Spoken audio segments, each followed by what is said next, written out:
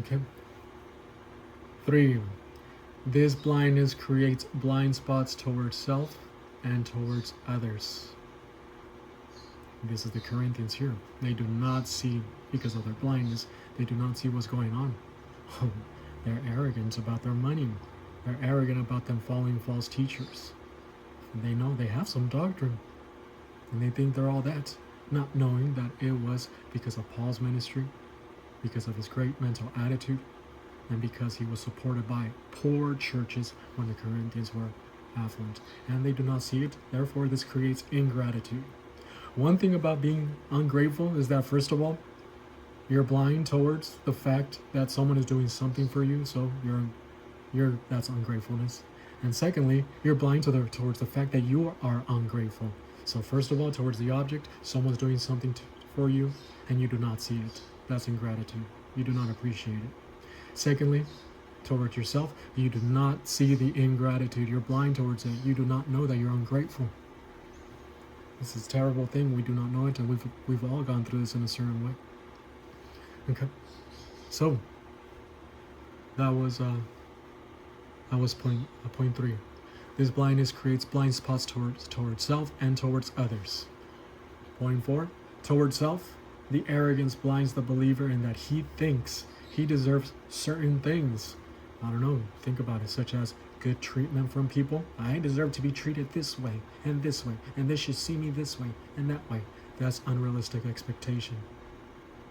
So yeah, he thinks he deserves certain things from people, or good treatment from people, yes, or maybe God treatment. There are certain people that think they should be almost worshipped. The people who think that they deserve a free lunch, free rent, free this, free that.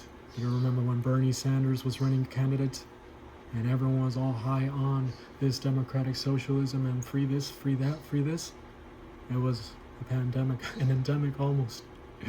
And yeah, so people thought that they deserved this free and this, that, and this. And you always point to some problems to justify you wanting something free, and the government should solve anything. And so it could be something small or something big. Something small as you thinking you deserve a free lunch or free rent. Something big as you deserving to think that you deserve God treatment, to be worshipped, to be endorsed, eulogized. Yeah, so again, point 4, towards self, the arrogance blinds the believer in that he thinks he deserves certain things.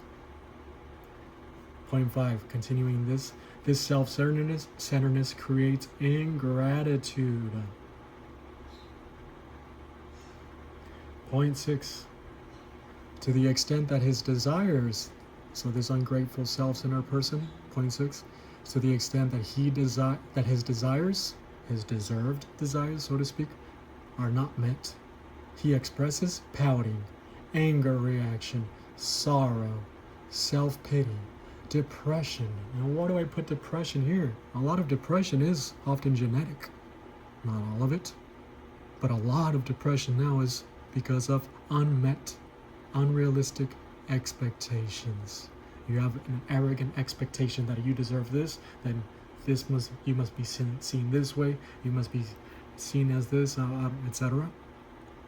And so, to the extent that those unrealistic expectations are unmet, you become depressed, you feel insecure, you feel inferior, etc.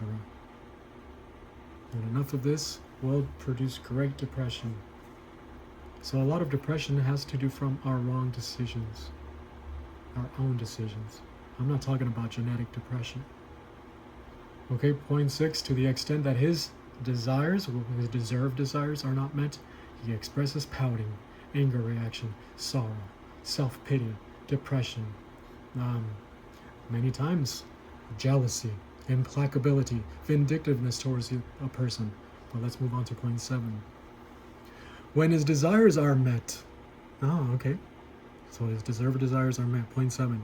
When his desires are met, his arrogance concludes that this is the way things are supposed to be, and there is no sense of gratitude in him, and therefore no capacity to enjoy them. And this is why you see people who have their apartment, they live by the beach, they have everything well off, they're healthy, they have everything, and they think and they enjoy things. They have food, but they have no capacity to enjoy them. Point 8. He goes on living in his comfortable state without any capacity to enjoy them. Point 9.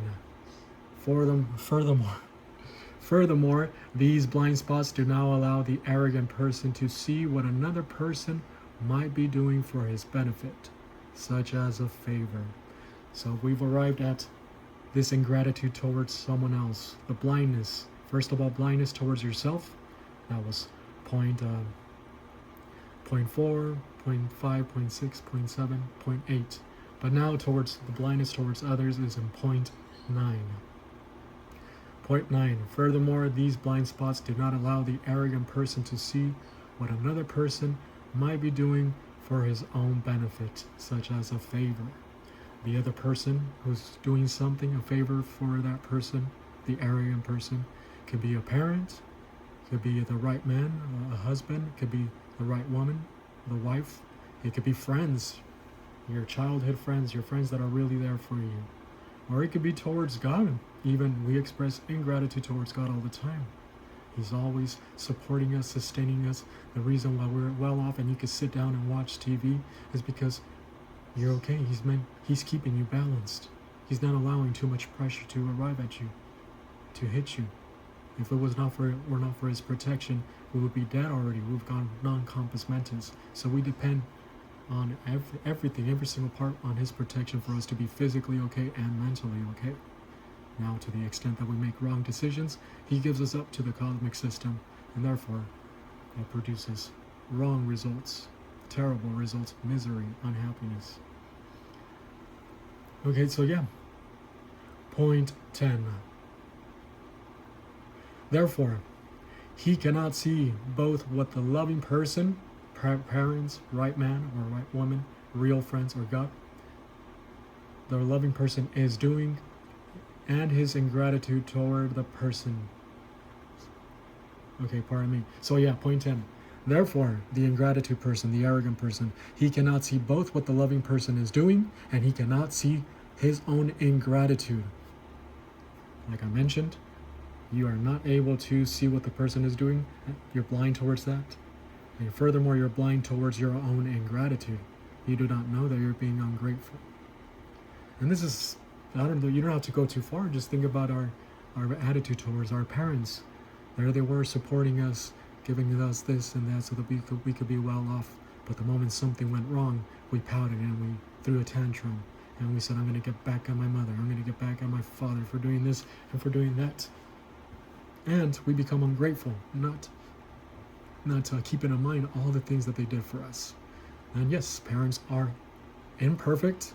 Some of us had worse parents than some other ones. Nevertheless, we must always have impersonal love towards our parents. So, no mental attitude sins, no bitterness, nothing. And this is for our own well-being, especially in our spiritual growth with God. Okay, and point 11, we're not done yet. Point 11, arrogance is also cowardly, for it fails to see ingratitude towards certain people, so you're ungrateful towards certain people, while expressing obsequious gratitude towards inconsequential people. So there's always those people that you express ingratitude. You do not see it, you do not want to see it. But then, towards certain other people who are inconsequential, who have nothing to do with you, you might admire the person, you might think the person is very beautiful or gorgeous, or whatever. But towards that person, you notice and you're so sensitive towards everything that person does for you. Oh, there you are expressing obsequious gratitude. What are you doing? Appreciating the inconsequential person when you have all these other people, parents, right man, right woman, real friends, or God, who have been doing all these wonderful things for you, and you're expressing ingratitude towards them. So this is cowardly, and many times this cowardice is wrong standards. Arrogance always has wrong standards, wrong priorities. So the Corinthians fail to see what Paul and other churches have done for them. And at the same time, they fail to see the fact that they are ungrateful. Okay, this is the nature of arrogance in the area of self-centeredness, in the area of egocentricity or egocentrism. Especially thinking that you deserve this and deserve that.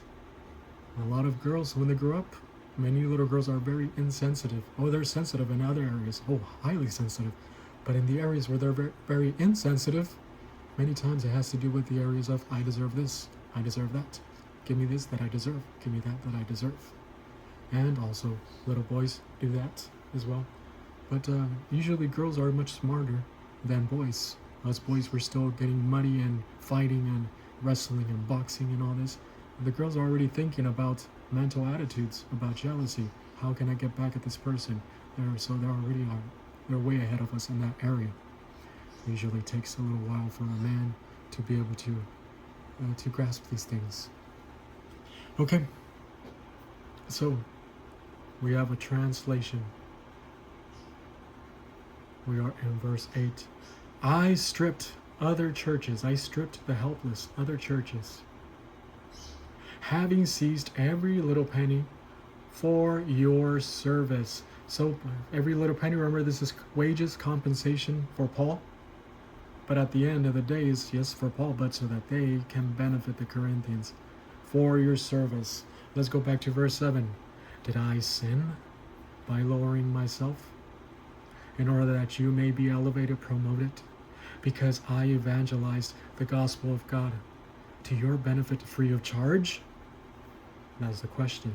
And now he says, I stripped the helpless, other churches, having seized wages, every little penny, for your service, for your benefit, Corinthians. Okay, this is Paul's great sarcasm, and this is wonderful. Maybe some current negative Corinthians are going to wake up after this. Maybe they won't. Arrogant people, many times they never wake up. They just become worse. When you were young and arrogant, it was okay. You were young, you were a little bit good looking, or a lot, and so you got away with many things. But if you're old and arrogant, then you no longer have the benefit of youth and beauty, but you're arrogant now. And now that arrogance stands out. People see it even more. A bitter old man who's bitter at everything, and he expects and wants respect here and there, and he doesn't tolerate anything. You can see nothing but his bitterness, his arrogance. But a relaxed old man could be wonderful, and you want to have him around. Okay, verse 9. We can move on. The NIV says in verse 9, it says, and when I was with you and needed something, I was not a burden to anyone, for the brothers who came from Macedonia supplied what I needed. I have kept myself from being a burden to you in any way, and I will continue to do so. All right, so this gets the gist of everything, but it's not exactly correct. So let's analyze the verse and let's see how far we can go, and we can finish it today. It's going to be wonderful. And so it says, we have here Kai. It's a continuation of the sentence we just went over. Kai is a conjunction that has many meanings, but here it's consecutive. And so, we're going to translate it and so. So by the fact that he stripped other churches, taking compensations for the benefit of the Corinthians, so as a result he can say something. I did not take anything from you. I was never ever a burden for you, towards you. So he forms a little small conclusion. We translate this, a little inference. We translate this and so. And so. And now, are you going ahead? Are you looking for the nominative? You are not going to find a nominative. So, you did not find the subject. So what do you do after that? You look for the verb. And have you found a verb? Yes, all the way over here. Katar na katar. Katanarkao. I don't know if you noticed, there's also a participle, and that's nominative. So It has no article, so you would expect this to almost be circumstantial, going together with the main verb. So, katernarkeisa, katanarkao. This is the aorist active indicative of katanarkao. This word is a compound word. It's a compound word. It means kata, which means down, and narkao, which means to be numb, to become numb, to stiffen. And therefore is to numb down, to make active, to weigh down. And so it gets the connotation of burden. How do we know it's burden? Because up ahead, we also have another word that describes burden, abare. Okay. So, katernakesa. I'm going to translate it. I burdened. I burdened no one. And this is a constitutive aorist, collecting in one entirety. All the time that Paul was with them, he did not ask for anyone for anything, even though he was in need. The active voice, Paul produced the action of the verb by applying the laws of Christian behavior, the law of love, and the law of expediency, and the law of supreme sacrifice. And the indicative mood is declarative for the fact that he never burdened anyone through the application of the law of love, the law of expediency, the law of supreme sacrifice. So, and this is denied by ook right here. Do you see it? Ooh, I did not burden. And then we have a genitive here that functions as the direct object. There are certain verbs that take the genitive as the direct object. And this one is katernaikesa, takes the genitive.